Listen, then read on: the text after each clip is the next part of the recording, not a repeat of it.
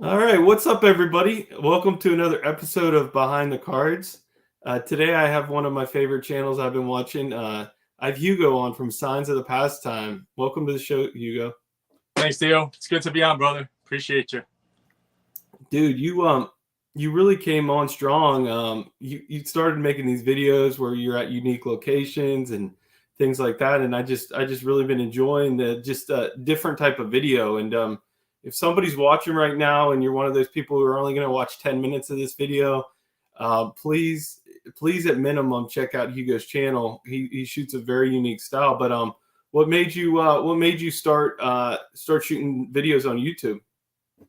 Well, man, I had been watching for a while, and of course, I like everybody's content. I just, I see things a little differently, so I just said, well, let me do some videos and show the things that I'm into, kind of like shine a light a little bit on different guys that I don't hear get talked about much.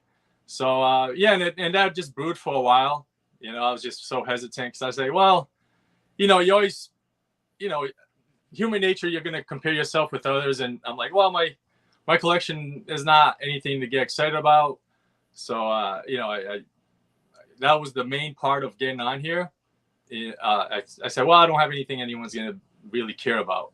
But with time, I said, well, I see that these guys really just like baseball cards, Yeah. really what it was. So I just made that jump, and it was right after a live I watched from James Elite Hunters. He had a show with Dom and Adam, Vintage Sanctuary, and John Mangini, and they just talked about what it's like to get on YouTube. It kind of just gave me an extra push. They really encouraged me, and it was like 4 days later I put on my first video. So, and it's been fun since. I kind of regret not getting in sooner. That's good, man. I mean, it's good that you made the jump. I know I've heard you talk about you're from Brazil, correct? Yep. Okay. When did you move to the States? I moved here in '86, summer of '86. So I came in right when I moved to Rhode Island, like pretty close to Boston. So it was like Red Sox fever. The whole neighborhood was going crazy over the Red Sox. So I was kind of indoctrinated real quick. And That's yeah, all. How old were you when you moved in '86? I was 8, and I had never even Okay. seen baseball, man. I was just like, it's really how if when you think of Brazil, you think of soccer, and that's all I ever did was play soccer until the age of 8. After that, I was like, well, forget soccer. I like this baseball thing. That's really cool. So when you moved to the States at 8 years old and you started learning about the Red Sox, did it have you start playing Little League baseball? Did people in your neighborhood play like pickup games? Like what was that like? Yeah, we played. Man, we used to. Sounds like a story like that you would hear in like Dominican Republic or Cuba. We would use like sticks and just make our own balls and stuff and like play street ball. Me and the neighborhood kids. So that's like, we did that for a couple of years. I got into Little League when I was 11. So for a couple of years, I just played like stick ball, street ball, and because actually I played way more basketball. I still do to this day, which is weird. Uh, but the baseball thing, just I don't know. You get romantic about baseball, So after a while, I said, man, I kind of want to do the real thing, and that's what got me into Little League. But it was all that practice. I realized, man, I'm pretty good at this, and sure enough, like it was Little League was a blast, man. I actually have a What? Little League card that I might get to show today. Oh, nice. What position did you play? I started out as an infielder, and then I got the yips at an early age, so I had to be moved to the outfield. Okay. So yeah, I couldn't throw the ball from second base to first base, man. It got in my head. I was like Chuck Knobloch, Steve Sachs, all those guys. That was me, man. I the simplest things, I overthink it. That's cool. I watched the Willie Mays documentary on, I think it was on HBO. I don't know if you saw that yet. But he was in New York and they're playing street ball, and like I might be wrong on this, but I believe like they would have a stick. Obviously, they would like bounce the ball for the pitches, and like I didn't to be honest with you, I've seen like pictures of street ball, but I've never really like saw it played. And like I was like, there's like cars all over the place. Like I was like, does the ball like not like hit like hurt the cars? Is it like a gumball or like I didn't really understand? Yeah, yeah. When it was like a gumball, you know, because of the bounce, it wouldn't hurt anything. Like it wouldn't even break any windows or anything. Because we were hitting them everywhere. You know, I was like Vladimir Guerrero, man. I was swinging at everything. You know, but yeah, we would bounce it. It was just like that. And then Okay. sometimes we would make I would make these balls with just paper, like newspaper or whatever, and I would just tape it up to where Uh-huh. it was, you know, it was pretty solid, but it wasn't gonna hurt anything. And those we would just pitch regular, you know, but it was Yeah. just whatever we could find, man. We would just play, you know, wiffle ball. If we ever had a wiffle ball, that would you know be a thing sometimes. But Nice. you know, yeah. We my neighbor the next door neighbor to him had a big fence, and we set up a home plate, and we would play home run derby every day and keep track of the standings. And Cool. it was me and his younger brother, and we all like we you remember those plastic batting helmets that kids would buy? Oh yeah. Oh Yeah, yeah. we like I had like an Indians one. He had like a Mets one, so we would wear that when we would bat. And you know, obviously, if you hit the ball over that fence, the neighbor's fence, you'd score. It was going really great that summer until we hit the neighbor's window, Oh man. and and we just went in our house and pretended like it never happened. And like I don't know, like when you're a kid, you don't think about stupid stuff like why Oh would man. you just go in the house? Right. So like the neighbor walks over and like my like I didn't see my friends for like a week after that. Oh man. So For yeah. real. Yeah. Luckily I wasn't the one that hit the ball, so I didn't get in as much trouble, but yeah, it was pretty funny. Oh man. Yeah. That's funny. Yeah, I know. I don't know what we do as kids, you know, try to avoid it, but it's like just face it, man. Yeah, Yeah. just admit what you did. Like Yeah. It's funny. We, um, we did play home run derby. We'd go to like these local tennis courts okay. and you know, I had the tall fence and we'd call it like the green monster, you know, and Yeah. we would hit tennis balls with actual bats, you know, and man, we would like hit bombs, man. We thought we were like at the time Mark McGuire and stuff, you know. Because you That's know anybody could hit it over the fence with a tennis ball, you know. But yeah, that's yeah, that really was a cool. blast. That's awesome. So what inspired you to just start filming in these unique locations? Like, was that always an idea of yours? Like, you just never saw it before? Like, what inspired that? Man, you know, I call myself kind of like a free range collector. You know, I'm like out in the wild a lot. Just I you know I always like the videos that people do in their card room at home. I don't have much space. This is what I'm confined to in our house, my Yeah. card corner. You know, so I said, well, you know, I got all this cool stuff since I'm in Florida.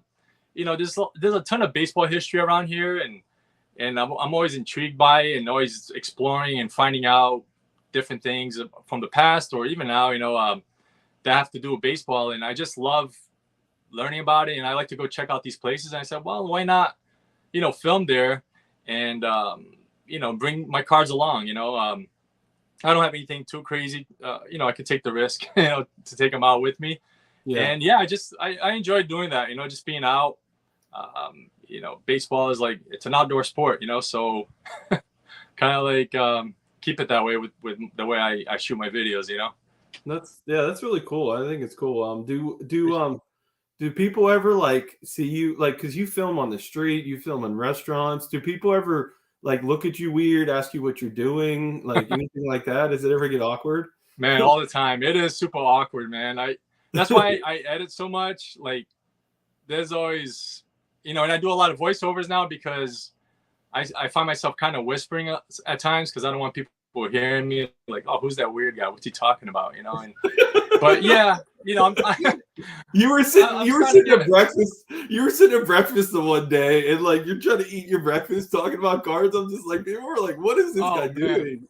yeah, it's crazy. Like that in that video, man. Like right behind me, it's at a coffee shop. So there's like I'm in the meeting room, and there's a room. I mean, a table. They got like this huge like conference table, and it's full of girls there. You know, just like having coffee and talking. They're looking over at me like, "What's this nerd talking about?" You know, like trying to whisper. I'm like, "Hey guys," I'm like opening a pack, and it's so awkward, man. But you know, it's experiences like that that give you that tough skin, man. Like give me a little while, and I'm gonna be like shouting it, man. I'll be running in the streets, you know.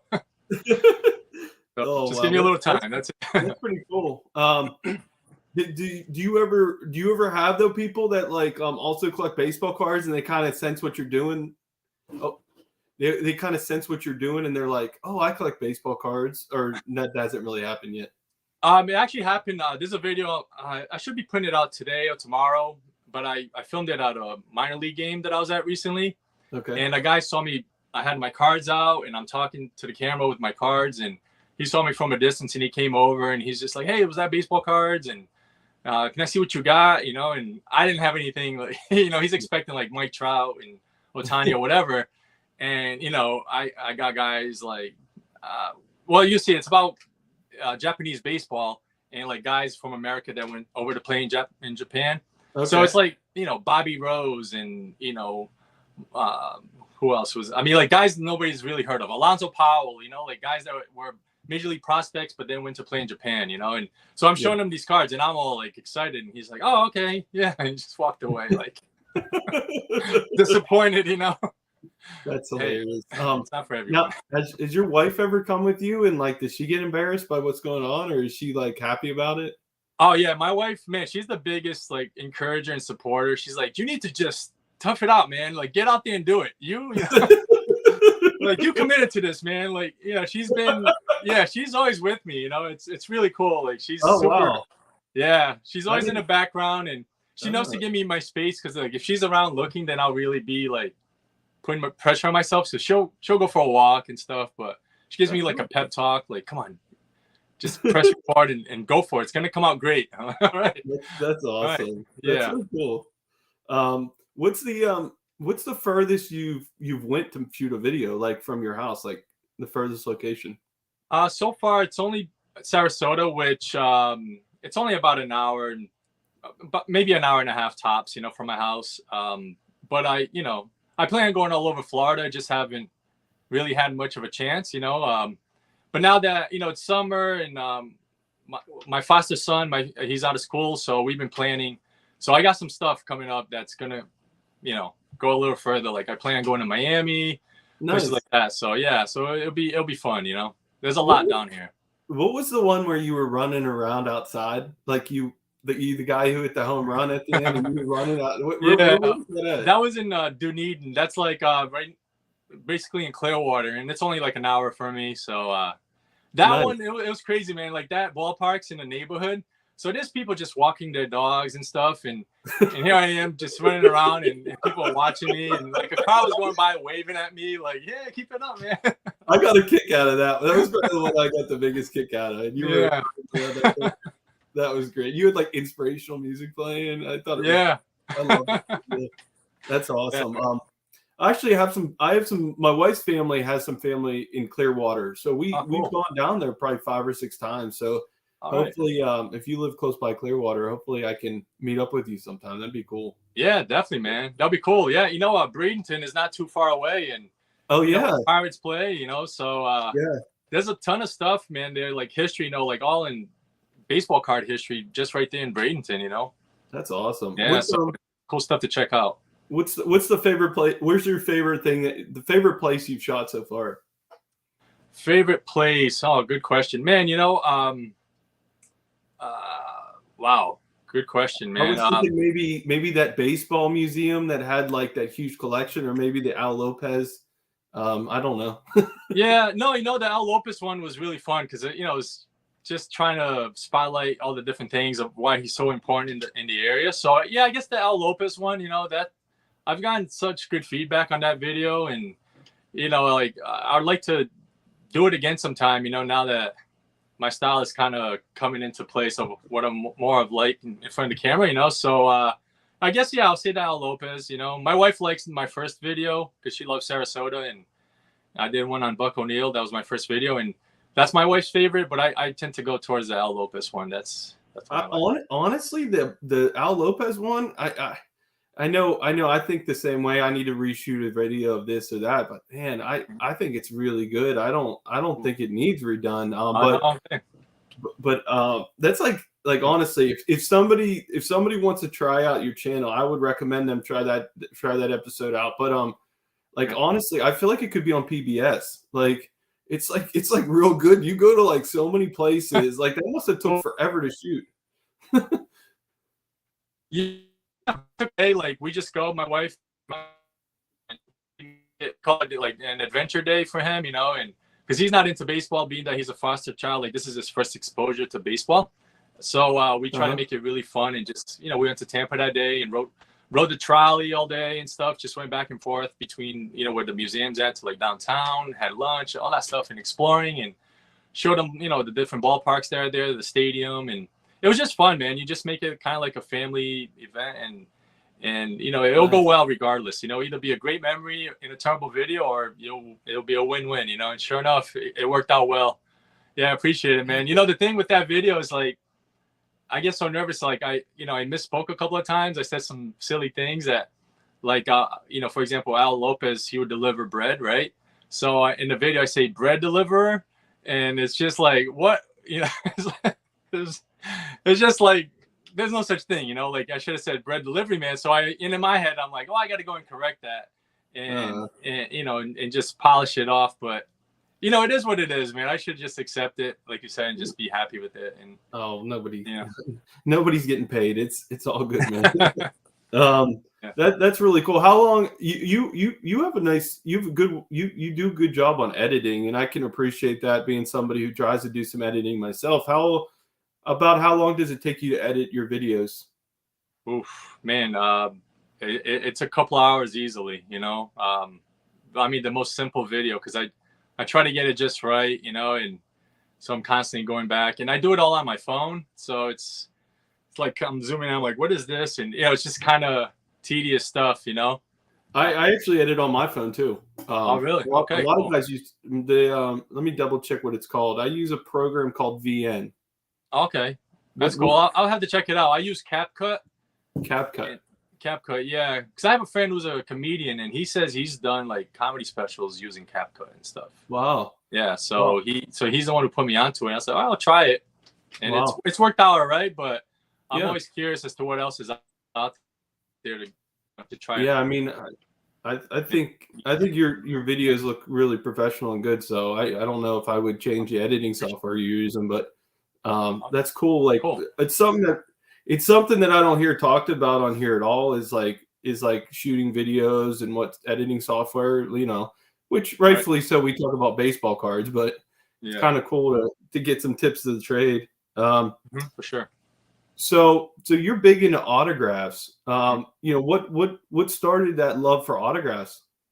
Well, I grew up near Pawtucket Red Sox in Pawtucket, Rhode Island. So, you know, I go to games, and there was this thing called fishing for autographs, and I used to get a kick out of it as a kid. You know, you just pretty much bring a milk jug and put like balls or cards or whatever in it, and then drop it on a line down to the dugout, and the guys would just sign and just yank on it, you know. So I was hooked right away. First time I went to a minor league game, and I saw these people doing it, and after that, you know, you would just wait outside the stadium when the game's over, and the players would file out, and they would sign autographs, and I thought it was the coolest thing, you know. And I started getting autographs like on popcorn boxes. I would open them up, and it would be all greasy and stained, and guys would be signing it, you know. And that's how I started out, and it just, I was hooked on it, man. I thought it was a blast to get these guys to sign, you know. I'm like, man, I saw this guy play at Fenway, and now he's here in front of me, you know. And as a kid, you know, and it was close to my house, so I'd ride my bike over and stuff. You know, I was there all the time, man. Yeah, it was really fun. That's awesome. I love that video you did about that. I honestly, I had no idea that there was such a thing where you lower down the milk crates, and I'm like, that's a genius idea. And I'm thinking to myself, maybe other minor league teams have this. I just didn't pay attention, but I thought that was so cool. And I love the story about how your younger sister, you would get her to get autographs for you because the players couldn't say no to her. That was great. Oh yeah. Yeah, for sure, man. That was fun. You know, like the thing is, you know, Phil Necro, when he was in town that day, that series, the night before when he came out, he just went right to the bus, didn't look at anyone, just got in. I was like, well, you can't resist a little girl, right? So I had my little sister be there. just waiting for him. Sure enough, man, as soon as he got to the bus, he turned around. He's like, "I want to sign for one person only," and I knew it was gonna be her. Sure enough, man. And I was like, "Yep, That's so awesome. it paid off to have her around, man."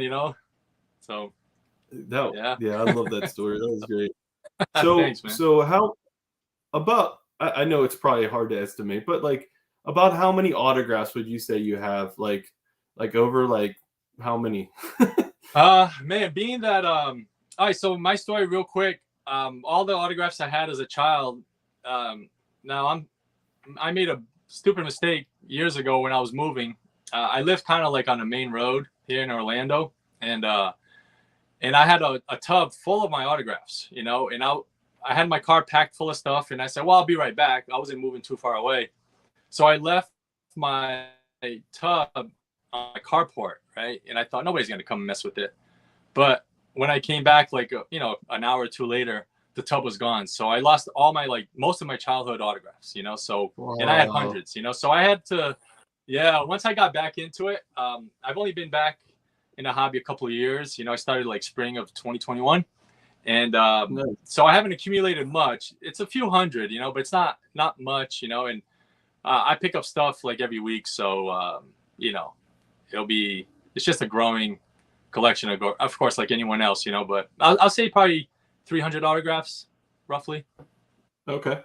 Man, that stinks. If anybody has some autographs they don't want anymore, send them out to Hugo. Oh, man. I'll start that up right now. I'll take anything, man. I find beauty in all of them. I'll dig into these guys' past and I'll make something interesting out of it. That's awesome. So why don't we get into I gave you a heads up, as I do with all my guests. I gave you a heads up some questions I'm going to ask you. So why don't we get into those? It gives you some time to show some of your collection. All right. So the first question that I had ready for you is tell me a great card show story. All right. Well, recently, my favorite one just happened recently, and that's hanging out with some guys locally here at the Clearwater show. And, like John Mangini, Lou Rock, Orlando, Liam, Mike, Hitman 23, a bunch of guys were down there, Concrete Buddy. So I got to meet a lot of YouTubers. That's been my favorite experience. But before that, one that always stayed in my mind was years ago. This is going back, must have been like 23, 24 years ago. This happened like 99, 2000. I can't remember for sure. But, these mall shows were a thing in Orlando. And there was an outlet mall called Bell's Outlet. And it's a tourist trap, so it's bad to have a guy, show up to sign, and they had Pete Rose. Okay. So Pete Rose was there and nobody was really going up to get an autograph, because like I said, it's all tourists. It's like a ton of Brazilians, they don't follow baseball. So I actually have a picture of the show. So what it was is, if you can see that. So there's Pete right there. And, what we were doing is like a few of us were kind of just hanging out by the table talking to Pete. So the reason I got a picture from far away is, we sat there for a while. Pete's a really cool guy.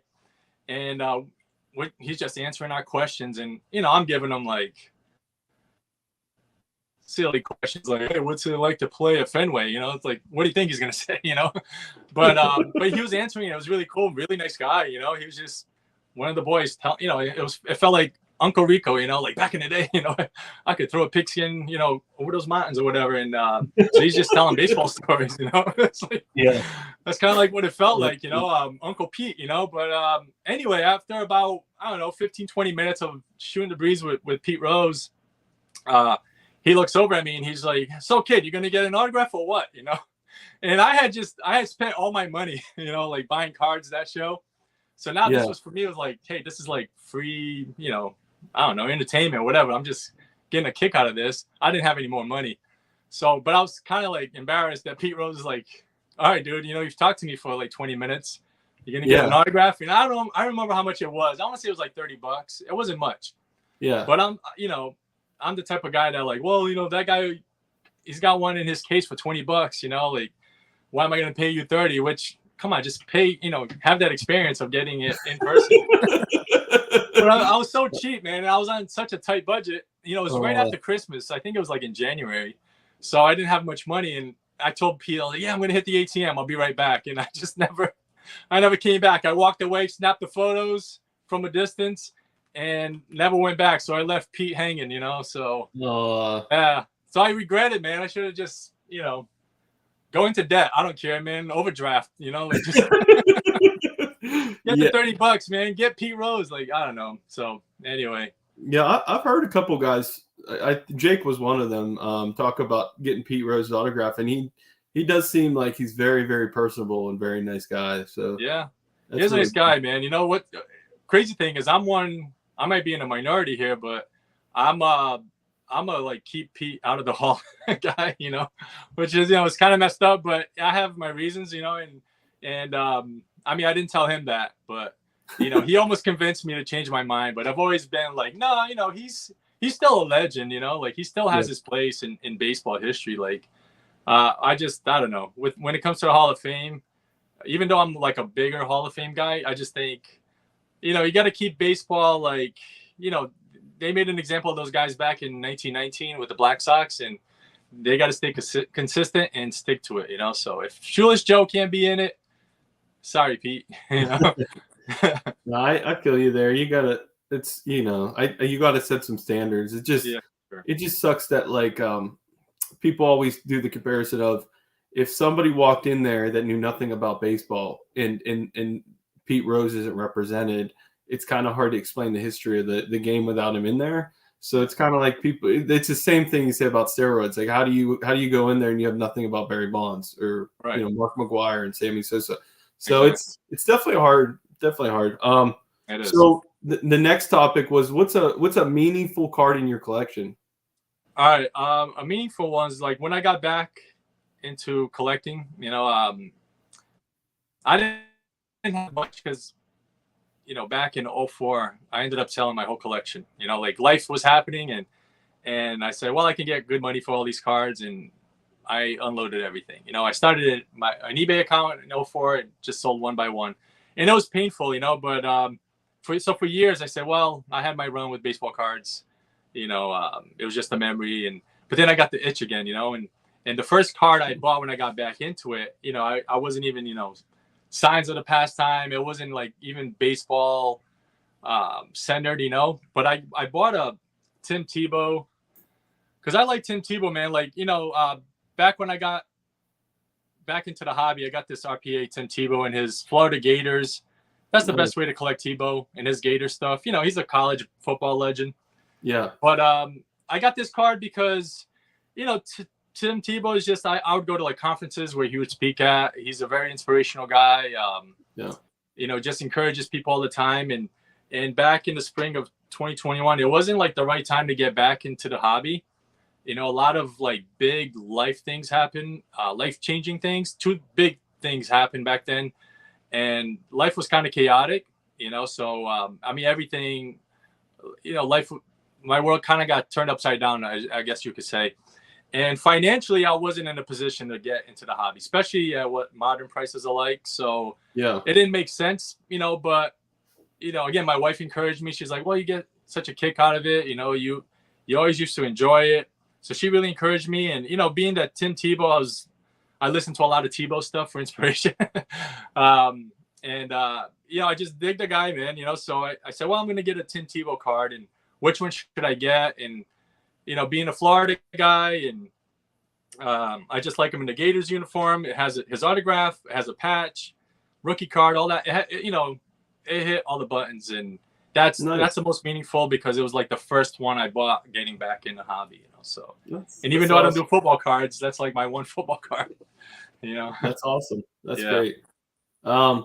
Cool. So what's your favorite set of all time and why?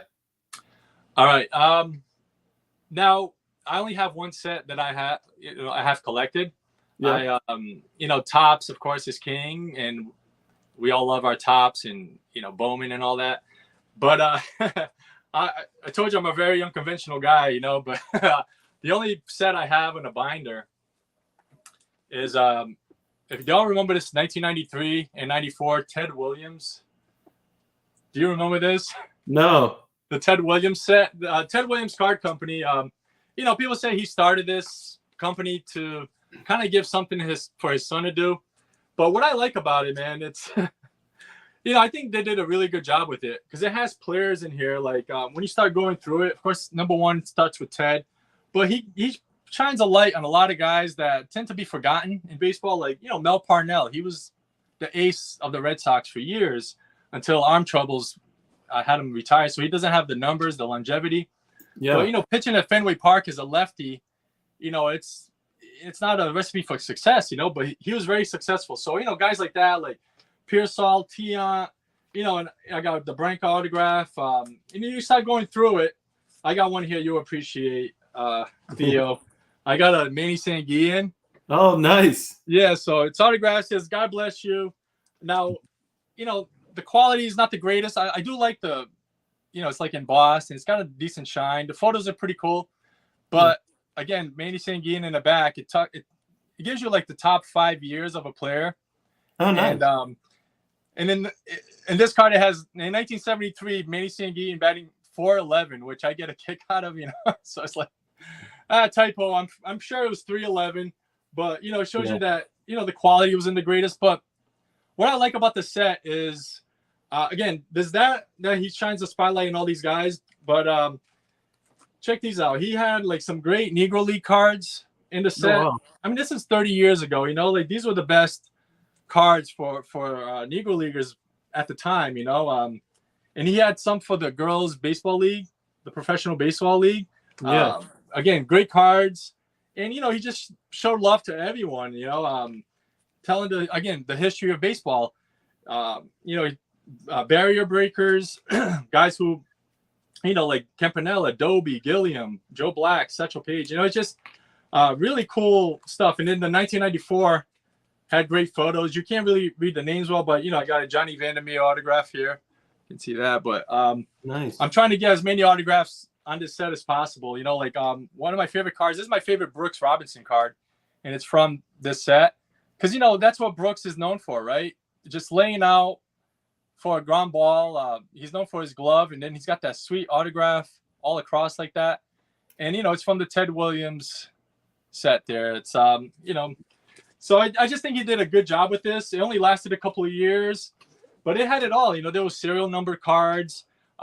There was a Ted Williams autograph you could get in packs. There was a Juan Gonzalez who at the time was like a big time up and coming guy, and you could get his autograph in a pack. So it had it all, man. It had a section dedicated just for Clemente. Wow. It was called Etched in Stone. So he gave Clemente his props for who he was as not only a ball player, of course, as a man, as a person, and the great humanitarian that he was. So Ted Williams recognized that, and Ted was kind of a little bit, he had his museum down here in Florida. So it's kind of, even though this Cooperstown, Ted Williams is like, well, I could do my own here and give some love to these players who are not in the Hall of Fame, but I could show them some love. He was big into guys like, Jim Fregosi, I don't know, like really random guys, for pitchers like Roy Face, he really, he showed a lot of love to a lot of ball players that are kind of forgotten if they're not in the Hall of Fame. And, I appreciate that. And, and being that Ted Williams was a Red Sox guy, it just makes sense for me to collect it. I get a kick out of it. Nobody cares. Some people see that as like a worthless set, but again, very unconventional. You just go with what you like, collect what you like. And I dig it, man. I really like it. Like I could sit there with this binder and tell the story of baseball looking at these sets, and I think it's the only set that I can really do that. Like if you get a random top set, sure, you got some stars, but you'll get a lot of random guys or prospects that didn't pan out. But with this one, it's just really fun going through it. There's a story for every player. So good history there. So anyway. Yeah, that's really cool. I'm pretty sure you had an episode where you showed an item from I guess he had a yearly dinner or something, or gala, and like I think Ernie Banks was there. I think Ernie Banks was one of his friends and signed it, and Ted signed it. Was that in the video? Yeah, I got it. Yeah, I got it here. Yeah, that's awesome. So I love it, man. This was the 50th anniversary, but he had a big powwow every year. If you go back and watch 1994 Ted Williams Museum, like gala, I guess it was. He had big time guys there. Mickey Mantle and Stan Musial, of course, Ernie Banks, Eddie Matthews, all these guys were there, and it was like a Cooperstown South. You know, it was really a big deal, and he did it That's all awesome. right there in his little museum. Yeah, it's really cool. So, you know, and again, Ted Williams, man, you know, you know, he had his run with Tops, right, and then in 1959, he's just like, well, I don't want to do Tops anymore. So then, like, Flair does a whole set just for Ted Williams. Yeah. You know, he's always been kind of like, not an outcast, but, you know, he'll do his own thing, you know. And I like that attitude, you know. So he's like, well, I'm going to do my own thing down here in Florida. This is what I like. I like Florida and fishing and the sunshine. I'm going to bring all my boys down here and have a party. And he did that every year, and it was pretty cool. Yeah. That is cool. Did you ever think about gradually buying some of the 59? Is it 59 Flair set, or I think that's right? Yeah, I do want to get into it. Right now, all I have, real quick, I'll flash this. This one is I only have this one because it's, you know, the same photo as his 39 play ball. Nice. So there's the one from the 59 Flair. That's the only one I got so far, but I do want to collect that. You know, nice. It's an 80 card set. It's not very expensive, you know? Yeah. I think there's like one card that's super rare. It's number 68. And again, because Topps was going to sue Flair if they didn't remove it. Because I think it was Bucky Harris is his name, was the general manager. And he's on the photo with Ted. And it's like, hey, Bucky's ours. Step off, Flair, you know? So, yeah. One of the guys that I'm close friends with in the hobby, his name's Scott Maz. I don't know if you checked. If you haven't checked out his channel yet, he actually made videos. He collected the whole 80 card set. Oh, cool! All right, sets of all time. So yeah. Oh, nice. I'm gonna have to check that out. Yeah. Cool. So I want to give him a shout out since he loves that set too. So the last question I had for you is a card that reminds you of your childhood and why. All right. So when I got into collecting, it was like 87 Topps was being taken off the shelves at the stores, right? So 88 Topps was coming along. And my favorite player at the time was Mike Greenwell. So this card here, you know, Mike Greenwell was like the man back then, you know, and a lot of the kids in the neighborhood like Greenwell. You know, left fielder in Fenway Park, just there's something about it. You know, we got, you know, Williams and Yaz and Jim Rice. And Mike Greenwell was going to be the next big one, you know, like, and, you know, he was kind of like in a Hall of Fame path, but so that one takes me right back to when I started collecting, you know, and he was my favorite player. I talked about my Little League card a little bit ago. Let me flash this bad boy. Yeah. Now, Mike Greenwell had this weird batting stance when he was like up to the plate. He'll do like this thing with his lip. So I try to do that on my card. Look how goofy I look. I'm doing like this silly thing with my lip, trying to look like a right-handed Mike Greenwell. Your bat is like your bat is like. What is that? My bat? Oh yeah. Your bat's like. I don't know what I was trying to do there. Like horizontal. Right. I know. I don't know what I was doing, man. You know, but Mike Greenwell was my favorite player. I was trying to replicate his stance, you know, and it was just, I don't know, man. I was a confused kid. You know, like I remember my first Little League practice.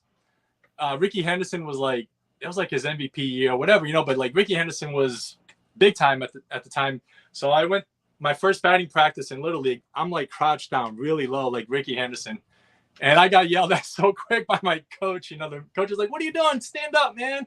You know, that's not how we hit around here. And I was like, well, Ricky Henderson does it, you know. And so I had to find a new guy to emulate. And it was, you know, Mike Greenwell.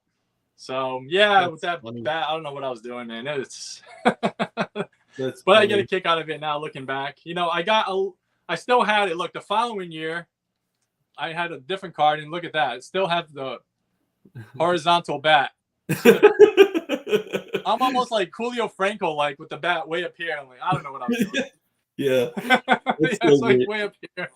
I probably, you know what? I probably do the same thing. I coach basketball for my son, and they're 8-year-olds, and I'm like, these kids are trying to shoot from like they can't even shoot with one, you know, the right way yet, and they're shooting like all the way back, and like. Yeah. They're like I'm Steph Curry. I'm shooting from. Oh man! I'm like you so crazy. I know. I'm like you take layups. Like I'm like the same way. I'm just throwing water on these kids' dreams. Oh, it's so funny, man. Yeah, you know, it's funny. Like, yeah, Steph Curry. Like, you know, he did change the game because now everybody, you know, wants to shoot threes, right? So I still, you know, like I said earlier, I still play a lot of basketball, and I play with like youth group at our church and stuff, and So I'm playing with a lot of teenagers and stuff, and you know, a lot of the high school kids locally. And the reason I still do pretty well is because one, these guys don't play much defense, so that helps, you know. But they're all gunning from threes, you know. So I'm like the only guy, you know, driving to the hole, you know. And it looks terrible, but I'm scoring because again, no defense, and they're like, "Wow, what's this guy doing? He dribbles," and you know, you know, it's like, they're all just gunning, man. Like, I don't know. I'm going old school on them, and it's working. So it's prolonging my basketball career. You know. That's awesome. Basketball's my favorite sport to play too. So that's awesome, man. It is a blast. Well, I had a really good time here. I always end these with 10 questions in a minute. Have you seen the 10 questions in a minute? It's gonna be hard without editing, but yeah, yeah, I've seen it. Let's go for it. Here. Yeah. Okay. All right, man. I got some pretty good questions. People have been beating me. It's been I don't even know, like almost 10 people in a row have gotten this. So I try to up my game here with my questions. All right, no pressure, man. All right. Here we go. All right, I'll start the timer after the first question. Okay. All right, name a player you wish was in the Hall of Fame. Oh man, P Rose is the first that came to mind, but it's not. Oh man, I'm blanking. Don Newcomb. Best pizza topping. Pepperoni. Favorite 60s top set. 1960. Best place to go on vacation. Oh man, L.A. Most overrated player in MLB history. Derek Jeter. Travel back in time. Who are you meeting? Jesus. Best MLB ballpark. Fenway Park. Favorite fast food restaurant. Oh, I don't know if Chipotle is fast food, but Chipotle, if not, Steak and Shake. Best mafia movie. Ooh, Goodfellas. An overrated ballpark food. Ooh, nachos. What did you say? I said nachos. Nachos? Oh my gosh, that's like my favorite ballpark food. It's so sloppy, you know, like with the cheese and like I just had a bad experience at Tropicana Field one time with nachos. They put like pulled pork on it. Yeah. And I got so sick from it, so I was like, I'll never do this again. So nachos has just been in my mind, you know. I think popcorn. It's just like I can eat popcorn at my house. I can eat popcorn in movie theaters. Yeah. Like, I don't need to go and get a box of popcorn at a baseball game. I'm sorry. That's true. That's true. You know, man. I wish I could do a do-over. I probably would pick popcorn. You know, because the nachos, even though I had a bad experience, you know, I guess it's substantial, and yeah, exactly. Popcorn is mundane, right? You get it anywhere. Yeah, I mean, and it's in the song, popcorn and Cracker Jacks. Yeah. I know. I guess you got to stick with it, right? Yeah. Best mafia movie. I think Goodfellas is so solid. I think you picked a good one there. I think people down in the comments are probably going to maybe disagree with us. They will. Godfather has a very big following. Godfather, yeah. You know what it is like. With Goodfellas, man, I grew up near Federal Hill in Providence, so there was a lot of mafia there, and it just came out at a time where, you know, a lot of my friends were Italian. I used to think, well, I kind of fit in, you know, they think I'm Italian. I don't know, man. I don't know if I was like thinking about a life of crime, but you know, I just thought it was cool, and you know, and some of it was filmed here in Tampa. You know, the scene where they're like holding the guy above the lion's den, or you know, the tiger. Whatever it was. Yeah, I don't know if it was it a bear maybe? I don't remember, man. It's been a while since I watched it, but yeah, some animal that they were threatening to throw the guy in. That was filmed here at the Tampa Zoo, so that's awesome. You know, it has a little local connection. Wow. Yeah. I hope Lou Rock comes after you for saying Derek Jeter's overrated. You know what it is? You know, it's kind of like it's the first guy, you know, because of the timer, you know, like it's the first guy that came to mind because so many people consider him overrated. So I you know, it's not true. I don't think he is, you know. But it's like so many people think so, and I hear it so much that you start believing a lie after a while, you know. It's okay, don't try to backtrack. You know, it's propaganda that's going around, you know, that Jeter was overrated, and it's not really true. Like, it's hard to think who's overrated, you know, when it comes down to it. But Yeah, you know. Hey, I totally agree with Chipotle. I go there like at least once a week. I love Cool. Chipotle. It's so Yeah, good. Chipotle is good. I don't know if it's fast food because you know there's not a drive-through, so I'm like, well, I I don't know. I think it is. It's just like a lot of Subways. Most Subways don't have drive-throughs. I consider Subway fast food, so Yeah. I think you're good. All right, Um, cool. well, Appreciate it, man. this was a lot of fun, man. I appreciate you coming on here. Yeah, no, thank you, man. I had a blast. Appreciate you, Theo. That's awesome, man. You're not coming to the National, right? This year? No, man, my sister lives in Chicago. It was like a perfect opportunity, and I just can't make it happen. That's Just all can't right. do it. Yeah, All right. unfortunately. Yeah, but I do plan on being in Cleveland next year. So Cool. yeah, that Maybe one's for sure. That's like number one on my list of goals. Is like be at the yeah, national next year. So that's yeah, awesome. All right. yeah, Well, hopefully we'll meet sometime face to for sure. face. And Yeah, that'd be cool. once again, if you haven't checked out Hugo's channel, please after this video go check out his channel. Maybe cool. Yeah. Thanks, man. All right. Thank you, Theo. It's been a blast, brother. All right. See All ya. right. Take care. See everybody on the next one. See y'all.